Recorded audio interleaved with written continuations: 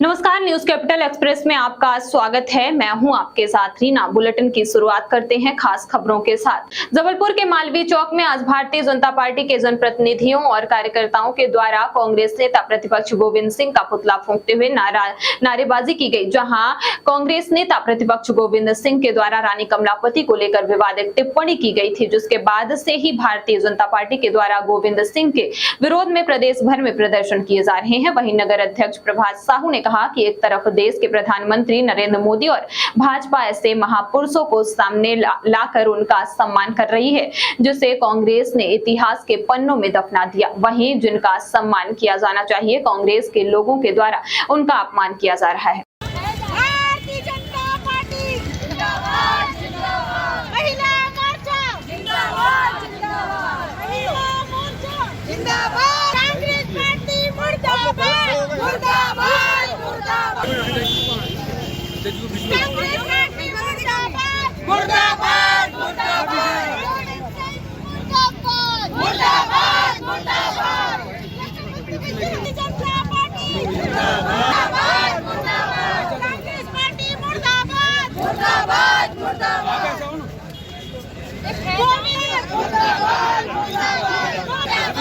मध्य प्रदेश के डीजीपी सुधीर सक्सेना मंत्रियों की नहीं सुनते, यह कहना है सिद्धिमान शुक्ला का, जिनको यह जवाब स्वयं मध्य प्रदेश के कैबिनेट मंत्री और जबलपुर प्रभारी गोपाल भार्गव ने दिया। इस पूरे मामले की जानकारी देते हुए सिद्धि नारायण शुक्ला ने बताया कि करमचंद्र चौक स्थित उसकी दुकान है, जिसमें सतीश सनपाल का गुर्गे महेश और आकाश गोगा, जो कि 1.5 करोड़ के साथ सट्टे की धरपकड़ में पूर्व में पकड़े गए थे, यह दोनों जेल से बाहर पैरोल पर जब आए तो उनकी दुकान पर लूटपाट की घटना को अंजाम दिया था। इनके अनुसार पूर्व एसपी को भी इस बात की जानकारी दी गई, मगर वह कानूनी सलाह लेते चले गए। मीटिंग ली है, किस विषय को लेकर मीटिंग हुई है और क्या निर्णय? आज की बैठक का मुख्य विषय हमारे शासन की जो बहुत ही लोकप्रिय योजना होने जा रही है, फ्लैगशिप योजना है, और ये आधी दुनिया, जो हमारी आधी दुनिया है, 50% महिलाएं हैं, और महिलाओं के जीवन में परिवर्तन लाने की अपना मानदेय बढ़ाए जाने को लेकर आशा कार्यकर्ता लगातार सरकार पर दबाव बना रही हैं। इसको लेकर उनके द्वारा विगत 1 माह से प्रदर्शन किया जा रहा है।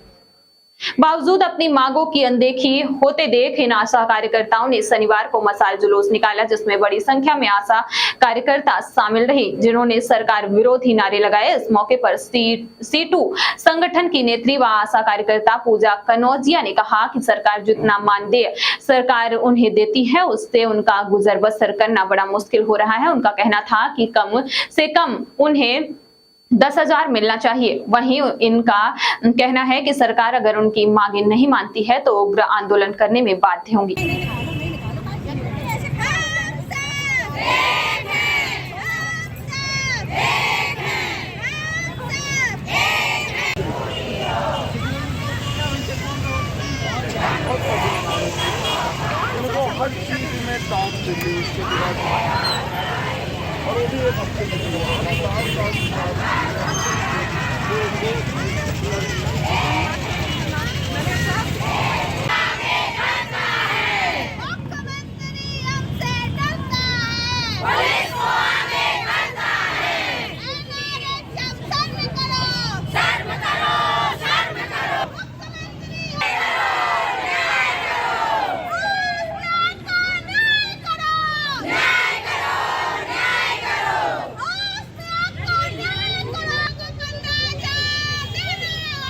Yeah!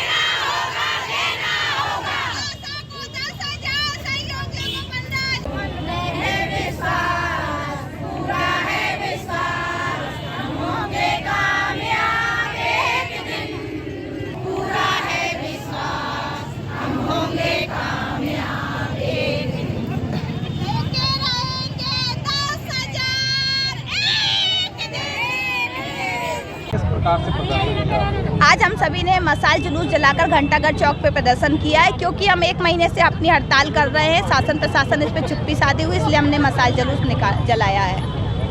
और किस बात के लिए? बात यह है कि आशा को 10,000, सहयोगी बहनों को 15,000 दिन रात शासन प्रशासन जो हमसे काम लेता है, और 2,000 रुपये में हम लोगों का घर परिवार नहीं चलता है, इसलिए 2,000 को बढ़ाकर 10,000 किया जाए आशा का, और 15,000 सहयोगी बहनों का किया जाए।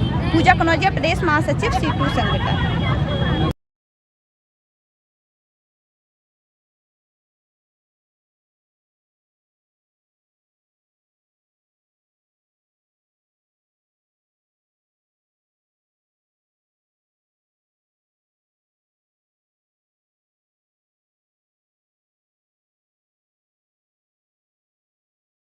प्रधानमंत्री नरेंद्र मोदी के पिछले 20 सालों के पूरे विश्व में सराहनीय कामों पर आधारित प्रदर्शनी के आयोजनों की कड़ी में भोपाल में भी मोदी @20 पेंटिंग एग्जीबिशन का आयोजन किया जा रहा है। ये आयोजन भारत की सबसे प्रतिष्ठित सुभद्रा आर्ट गैलरी और देश की जानी मानी company LN infra projects private limited के विशेष सहयोग के साथ राजधानी भोपाल के रविंद्र भवन में किया जाएगा।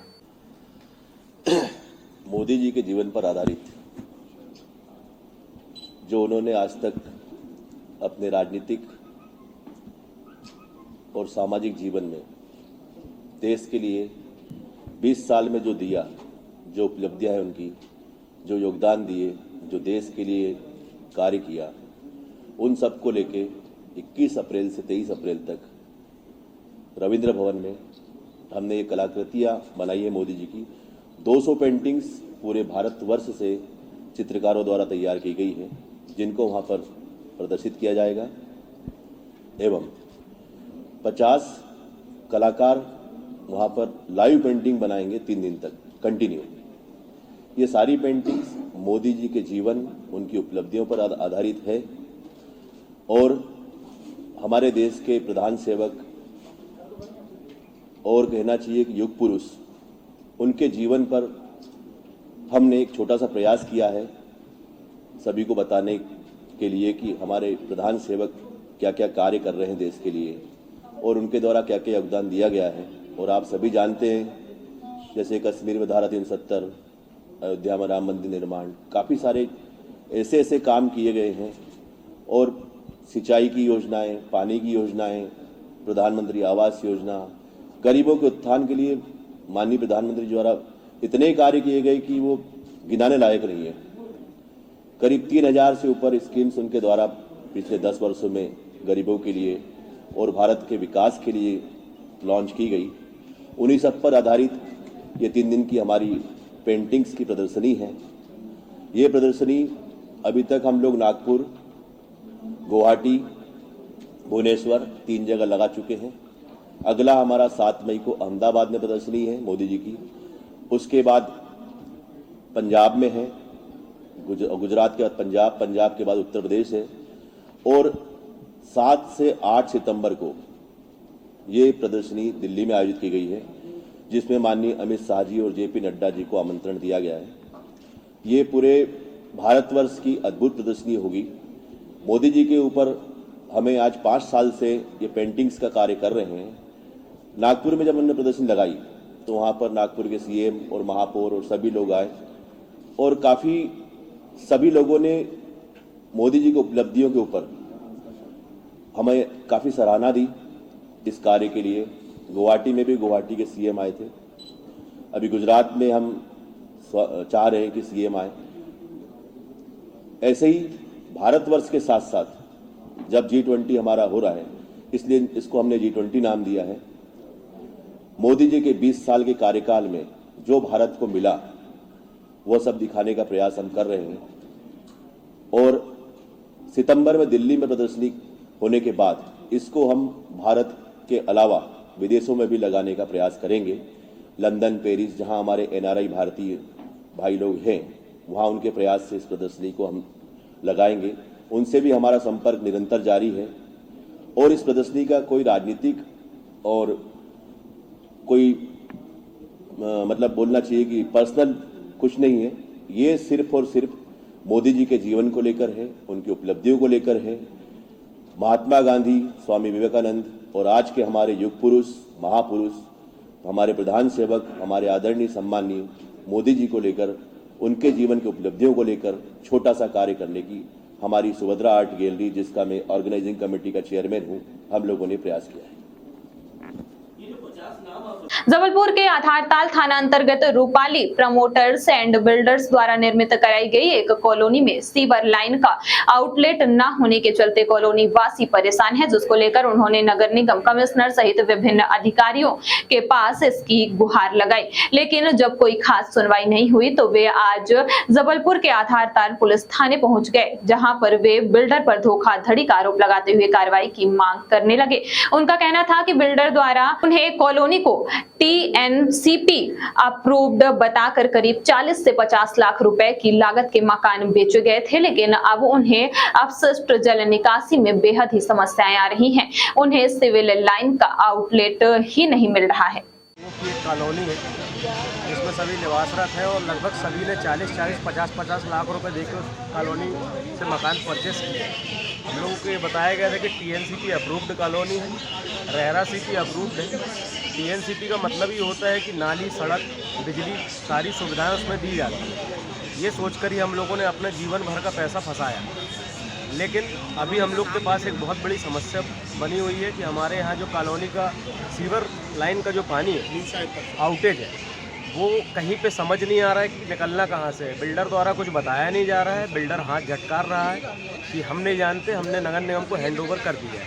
अगर इन्होंने नगर निगम को हैंडओवर कर दिया है तो इस बारे में नगर निगम को कार्य करना चाहिए या फिर बिल्डर हमें उस चीज़ को करके दे। जबलपुर पुलिस ऑपरेशन सिकंजा अभियान के तहत लगातार अवैध शराब और सटोरियों के खिलाफ कार्रवाई की जा रही है। जबलपुर की कोतवाली थाना पुलिस और साइबर सेल की टीम ने मिलकर ऑनलाइन IPL सट्टा खिला रहे 2 सटोरियों को गिरफ्तार किया है। वहीं सट्टे के खेल में संलिप्त 2 अन्य आरोपियों के खिलाफ मामला दर्ज कर तलाश शुरू कर दी गई है।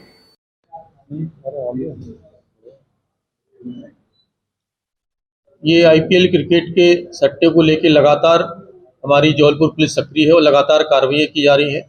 उसी क्रम में हमारी क्राइम की साइबर सेल की टीम और कोतवाली TI के नेतृत्व में उनकी टीम, इन लोगों ने संगम कॉलोनी में सम्यक जैन और अखिल जैन को पकड़ा है। निखिल जैन और सम्यक जैन के गिरफ्तार किए जाने के बाद इनके सूत्र जो मालूम पड़े हैं, वो दीपक खत्री जो लगातार इसका नाम आ रहा है, वो उसके द्वारा ही संचालित करने की बात आई है और वो लगातार फरार चल रहा है। उसके खिलाफ पृथक से मैंने इनाम घोषित किया है। सर, इसमें बगला का भी इसमें पहले क्या उनकी गिरफ्तारी के प्रयास किए जा रहे हैं। लाखों रुपए का हिसाब किताब है। It's big transaction. लगभग 8 एंड्रॉयड फोन है और एक लैपटॉप है। लगभग 14,000 रुपए कैश बरामद हुए हैं।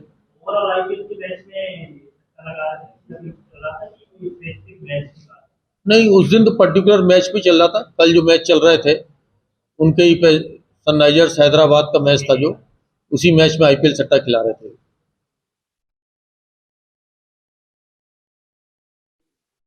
एक और प्रकरण है।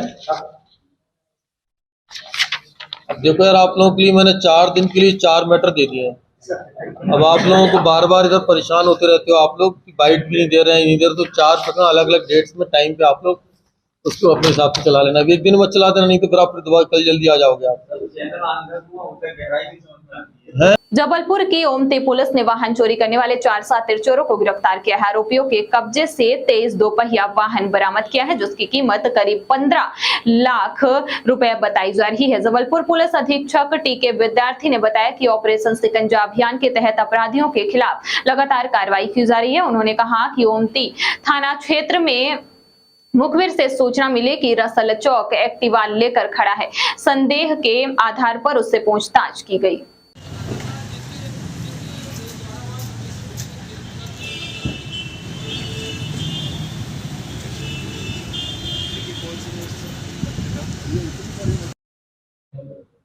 शहर में लगातार हो रही दोपहिया वाहनों की चोरी को दृष्टिगत रखते हुए हमारी additional SP city, additional SP crime, इनके लीडरशिप में CSP ओमती और TI पनागर, इन लोगों को लगाया गया था। इन लोगों के द्वारा लगातार वाहन चोरों की धरपकड़ के लिए पतारसी के प्रयास किए गए, सीसीटीवी फुटेज वगैरह देखे गए, इनके टाइमिंग्स वगैरह को देखा गया कब ये वाहन चोरियां हो रही हैं, और उसके जरिए ये 4 लोग पकड़े गए हैं। इनसे चोरी की 23 मोटरसाइकिलें बरामद हुई हैं। कई सारे प्रकरणों में हमारे यहाँ ऑलरेडी FIR दर्ज है। औमती में 5 FIR है, 5 मोटरसाइकिलें अलग अलग डेट्स में चोरी हुई हैं। इसी तरह से पनागर में प्रकरण दर्ज है, तिलवारा, मदन महल, गढ़ा, इन तमाम शहर के थानों में लगातार वाहन चोरी हो रही थी और ये वाहन चोरों से ये सारी मोटरसाइकिलें बरामद हुई हैं। इनकी मोडस ऑपरेंडी यही थी कि मास्टर की का इस्तेमाल करके ये लोग पड़ताल कर लेते थे कि जब व्यक्ति वाहन मालिक वहाँ पर मौजूद नहीं है उसे लेके फरार हो जाते थे, और फिर कहीं ना कहीं जिससे ही उधार लेते थे पैसा तो उसको बताते थे कि हमारी ये वाहन थोड़ी समय की रख लीजिए और 2, 4, 5, 10 हज़ार उसके अनुरूप जितना पैसा दे दे और वाहन छोड़ के भाग जाते थे। वो सारे वाहन इस तरह से रिकवर हुए। आरोपी आपके गोहलपुर, गोसलपुर और रांझी के हैं, 4 आरोपी हैं ये। कबाड़ियों को भी कैसे अभी तक कबाड़ियों के बेचने का विषय नहीं आया है। ये लोग जनरली वाहन चुराने के बाद किसी न किसी को पेट्रोल किसी से ले लिया, उसको देगा कि हम कल 2 दिन बाद उठा के ले जाएंगे, तो वो भी कॉन्फिडेंस में आके कि ठीक है हम पेट्रोल डलवा देते हैं 5-7 हज़ार का, ऐसा कुछ कर करके अलग अलग अपनी आवश्यकताओं के अनुरूप इन्होंने पूर्ति करी और वाहन उसका छोड़ के चले गए। इनके पास गाड़ी रखते थे, पैसे देते थे, उनके खिलाफ कुछ कार्रवाई? क्योंकि वो अनभिज्ञ थे, उनको नहीं पता था कि ये वाहन चोरी गया है, इसलिए नियमानुसार उनके खिलाफ कोई कार्रवाई नहीं की गई।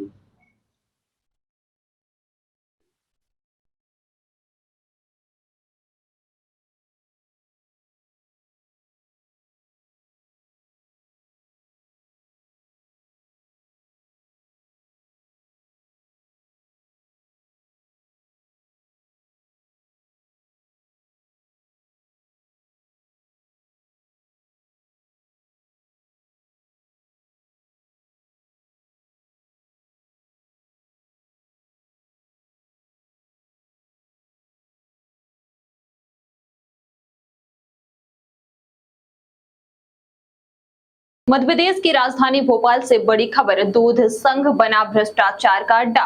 भोपाल दुग्ध संघ हबीबगंज भोपाल में कुछ दिन पूर्व करोड़ों की चोरी कुछ ठेका श्रमिकों द्वारा पकड़ी गई थी। यहां श्रमिकों की उपस्थिति पत्रक में लगभग 4 साल से हेराफेरी चल रही थी, जिसका पता श्रमिकों को कुछ समय पहले से हेराफेरी का आभास हो चुका था, लेकिन साक्ष्य के अभाव में उसमें कुछ पहल नहीं की जा सकी और इससे मुख्य कार्यपालन अधिकारी और इनके चहेते ठेकेदार गोपाल विश्वास और इनका सुपरवाइजर नीलेश बघेल, इन तीनों की आपसी साठगांठ से और साक्ष्य के अभाव में इन पर कोई कार्रवाई नहीं हो सकी। इस प्रकार इनके द्वारा लंबे समय से प्रतिदिन लगभग 30 से 35 हजारियों में हेराफेरी की जाती थी। आप यहाँ पे आ जाओ यार, बिना खाने जुर्म की टक्कर में वो यहाँ से टुकड़ा वहाँ पे आवाज दो,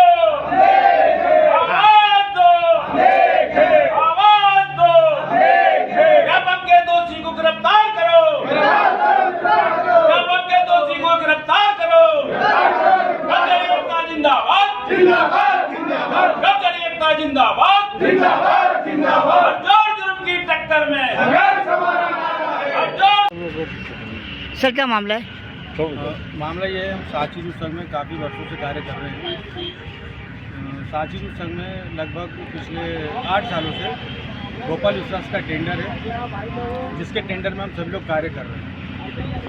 अभी हाल ही में कुछ ही समय पहले ठेका श्रमिकों द्वारा कुछ हाजिरियों की जो हेरा फेरी थी उसे पकड़ी गई, जिसके साथ साथ सबूत भी है और इस पूरे घटनाक्रम को गोपाल विश्वास ठेकेदार के समक्ष रखा गया, जिसके द्वारा ये दिया गया आश्वासन कि जो इसमें दोषी हैं उन्हें सज़ा मिलेगी, परंतु ऐसा हुआ नहीं। जो दोषी थे वो आज भी अपना कार्य कर रहे हैं। इसमें जो मेन अपराधी था नीलेश बघेल, उन्होंने सिर्फ सजा के तौर पे, कार्रवाई के तौर पे सिर्फ उसे गेट से बाहर करा है, बाकी उसके खिलाफ कोई पंजीकरण नहीं है। और उसके द्वारा जो मिनिमम पर डे की 35 हाजिरी की जो हेरा फेरी हो रही थी उससे कुछ भी उन्होंने वो नहीं ली है। ना उससे पूछा गया, ना उसके ऊपर कोई जांच बिठाई गई, ना ही प्रशासन द्वारा बिठाई गई और ना ही ठेकेदार द्वारा बिठाई गई। सर आज गोविंदपुरा थाने पहुंचे, आप क्या आश्वासन मिला? गोविंदपुरा थाने में आके हमें आश्वासन ये मिला है कि जो शिकायत हमने दर्ज कराई है, जो शिकायत हमने कुछ समय पहले ठेकेदार को दी थी, पूरे सबूत के साथ, साक्षात सबूत के साथ हमने, जिसके द्वारा नील बघेल द्वारा जो हमें परेशान किया जा रहा था, डराया जाता था, लड़कों से अवैध कुछ कुशल के नाम पे 10,000 20,000 की जो वो मांग करते थे, उसके साक्षात हमने सबूत भी दिए और उसके द्वारा जो लड़कों को धमकी दी जाती थी वो तक उनको सुनाई। उसके बावजूद भी हमें कोई निर्णय नहीं मिला। कोई मतलब एक तरीके से ये देखा जाए कि साक्षी दूध संघ में जो पर डे की जो हाजिरी चोरी होती, जो कि करोड़ों का मामला है, और ये मामला मिनिमम 3 से 4 साल पहले से चल रहा था, लेकिन जो ये मामला था पिछले 2 साल से बहुत ही बड़े स्तर पे चल रहा था, मतलब खुलेआम चल रहा था। अब जब इसको हमें जानकारी मिली, जब हमने ठेकेदार को इसके लिए सूचित किया, लेकिन ठेकेदार द्वारा जो हमें आश्वासन दिया गया था समस्त ठेका श्रमिकों को, उस आश्वासन पे ठेकेदार बिल्कुल खरा नहीं उतरा। उसने किसी के भी खिलाफ कोई कार्रवाई नहीं की और उसकी बाद जब हमने उसकी आवाज़ उठाई तो हमें बाकायदा सीओ साहब के ऑफिस में बुलाकर हमने डराया भी जाया और हमें धमकाया भी गया कि अगर हम कोई पंजीकरण दर्ज कराते हैं तो उनके द्वारा हमें भगा दिया जाएगा। और जो वर्तमान में जो नीलेश बघेल था, जो चोर था, जिस पर कार्रवाई करवाई नहीं चाहिए थी, वो आज भी घूम रहा है, वो डेयरी में आता है, आज भी चले जाता है। 5 लोगों का नाम बताओ। और 5 लोग इसमें मुख्य आरोपी हैं, नीलेश बघेल और ठेकेदार का भाई है मनोज मंडल, जो पूरी अवैध वसूली करता था। नीलेश बघेल के कहने पे जो पूरी वसूली करता था वो था मनोज मंडल।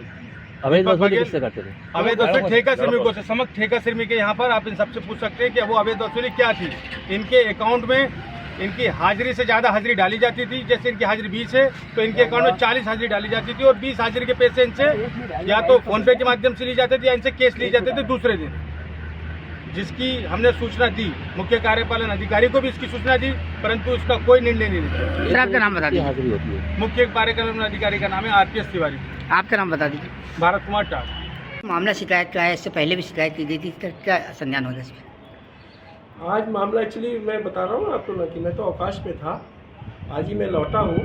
जो भी शिकायतें आई हैं उनका निश्चित ही निराकरण होगा। जो भी फैक्ट है उसको देखा जाएगा और देखते हुए तदनुसार जो भी निर्णय होगा उच्च अधिकारियों के समक्ष प्रस्तुत करते हुए तो कार्रवाई करवाई जाएगी। सर ये तो 4 सालों से चल रही है गड़बड़ी यहाँ पर। जी 4 सालों से गड़बड़ी चल रही है। कहाँ? 3-4 सालों से भोपाल दुख संघ में ये हेरा फेरी का मामला जो किस संदर्भ में? ये इसी के संदर्भ में, जिस संदर्भ में इन्होंने 3-4 साल से है ना फिर? हाँ ये चल रही ये है। ठेकेदार द्वारा सर हमेशा से चलता है ये डबल हाजिरी लाना, डबल हाजिरी। 2-3 प्रकरण आ हाँ गए। ये डबल हाजिरी वाला सर, डबल हाजिरी वाला सर। अच्छा, ये कोई नीलेश बघेल नहीं है, उनको मतलब इसका ठेका दिया गया, इनके अलावा किसी और का उल्लेख ही नहीं किया गया इसके अंदर। गोपाल विश्वास को भी बताया, गोपाल विश्वास ने भी कुछ नहीं करा। आपके OSD साहब हैं, आपके RP तिवारी साहब, उन्होंने भी कुछ नहीं करा है। इसके पूर्व भी मतलब ये कई शिकायतें इन लोगों नहीं, शिकायतें रिसेंटली अभी आप लोगों ने करी है ना? जी ये पुरानी की शिकायतें करी पूर्व में करी, पूर्व में भी कर चुके हैं। पूर्व में कब की है? 1-4 को करी है, 1-4 23-3 को करी है, 23-3 को करी है, 23-3 को करी है। जो 23-3 को की है वहाँ से आपकी बिल्कुल हो रही है, उसको हम लोग पुटअप कर भी चुके होंगे। उच्च अधिकारियों के समक्ष पुटअप करना पड़ता है, ऑफिशियल प्रोसीजर जो होता है। अधिकारियों का संरक्षण अधिकारियों का संरक्षण है ना। यहाँ पे किसी भी अधिकारी को संरक्षण का। सर सीधा सा मामला ये है कि जो ठेकेदार है वो एक आदमी डबल हाजिरी लगा के दूध डेयरी को नुकसान पहुंचा रहा है, इस पे उचित कार्रवाई होना चाहिए सबसे ज्यादा। तो ऐसा आप लोगों की संज्ञान में आया है? हाँ सर, फोन पे भी पेमेंट संज्ञान में भी आपने राइटिंग में दिया है ना इन लोगों ने। ये जो उसके बाद अब उसको देख करके और उसकी जो भी जो होती है कार्रवाई, जो आदेश प्राप्त होंगे ऊपर से, उस हिसाब से कार्रवाई कराई जाएगी निश्चित ही। MD साहब को की संज्ञान में भी हम लाएंगे, जो आज आप लोग आए हुए हैं, या दूसरे संज्ञान में भी ला करके और पुटअप करेंगे अकॉर्डिंग। सर नाम बताइए पहले तो। मैं जफर अली, प्रदेश कर्मचारी महासंघ का अध्यक्ष। क्या मामला है, आज गोविंदपुरा थाना पहुँचे? सर मामले तो इनमें बहुत पहले के हैं। RPS तिवारी के खिलाफ पहले से हाईकोर्ट का मामला चल रहा था, जिनकी शिकायतें हमने अनोखबार संगठन के माध्यम से शिकायतें करी, जिसकी कार्रवाई आज दिनांक तक किसी भी अधिकारी कर्मचारियों पे, जो भी अधिकारी रहे भोपाल दुख संघ में, उन पर आज तक कार्रवाई नहीं हुई। RPS तिवारी का ये बेंच भी मैंने माननीय मुख्यमंत्री जी को भी दिया है और MPCDF MD जी को भी दिया है, और हमारे जो क्या कहते हैं बल्ला भवन में जो बैठे हैं, क्या नाम इनका, चीफ सेक्रेटरी, उनको भी दिया है मैंने ये बेंच। अगर आज दिनांक तक RPS तिवारी पे कोई कार्रवाई नहीं हुई है और चोरी पे चोरी और डेयरी को बिठा दिया साहब। ठेका श्रमिक भी इनसे त्रस्त हैं, ठेका श्रमिक भी सब परेशान हैं। और सबको धमकी दी जाती है कमरे में बुला के कि आप लोग कुछ करोगे मेरे खिलाफ तो गेट के बाहर करवा दूंगा। ये खुलेआम धमकी सीओ देते हैं इनको, ठेकेदार देते हैं। तो मेरा निवेदन ये था कि इनको पर तत्काल कार्रवाई की जाए और तिवारी को आज की डेट में तुरंत तत्काल कार्रवाई करके सस्पेंड किया जाए। भोपाल में अब तक की खबरों में बस इतना ही। ताजा तरीन खबरों के लिए बने रहें न्यूज कैपिटल एक्सप्रेस के साथ। नमस्कार।